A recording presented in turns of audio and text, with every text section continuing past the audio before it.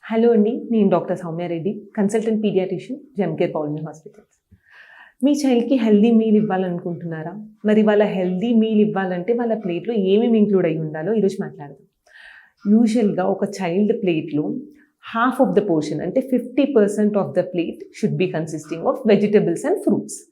మిగతా హాఫ్‌లో 1/4 should be grains. Preferably white rice కన్నా కూడా మిల్లెట్స్ మోర్ ప్రిఫరబుల్. ఎందుకంటే మనం తినే రైస్లో బ్రాన్ అసోసియేట్ ఉండదు. దానిపైన ఉన్న పుట్టు ఏదైతే ఉంటుందో those will be consisting of vital nutrients and minerals.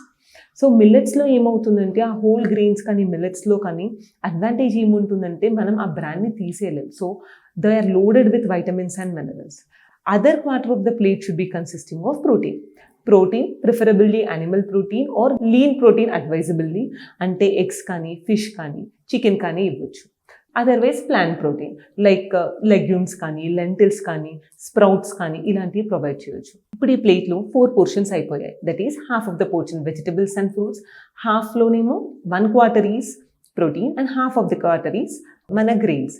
వెజిటబుల్స్ని child ఇష్టంగా తినట్లేదు అన్నప్పుడు though should be included in the form of curries, soups, లేదంటే బ్యాటర్లో కలిపేసి ఇడ్లీ కానీ దోశ బ్యాటర్లో కానీ మనం వెజిటబుల్స్ని మిక్స్ చేసి ఇవ్వడం వల్ల మనం వీటిని చైల్డ్కి ఇచ్చిన వాళ్ళం అవుతాం.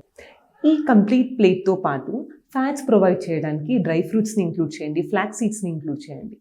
దీంతో పాటు ఇవన్నీ అబ్జార్ప్షన్ పవర్ పెంచడానికి ప్రోబయాటిక్ని కూడా ఇంక్లూడ్ చేయాల్సి వస్తుంది. దట్ ఈస్ యోగర్ట్ ఖచ్చితంగా ఇంక్లూడ్ చేసేలాగా చూడండి. Thank you.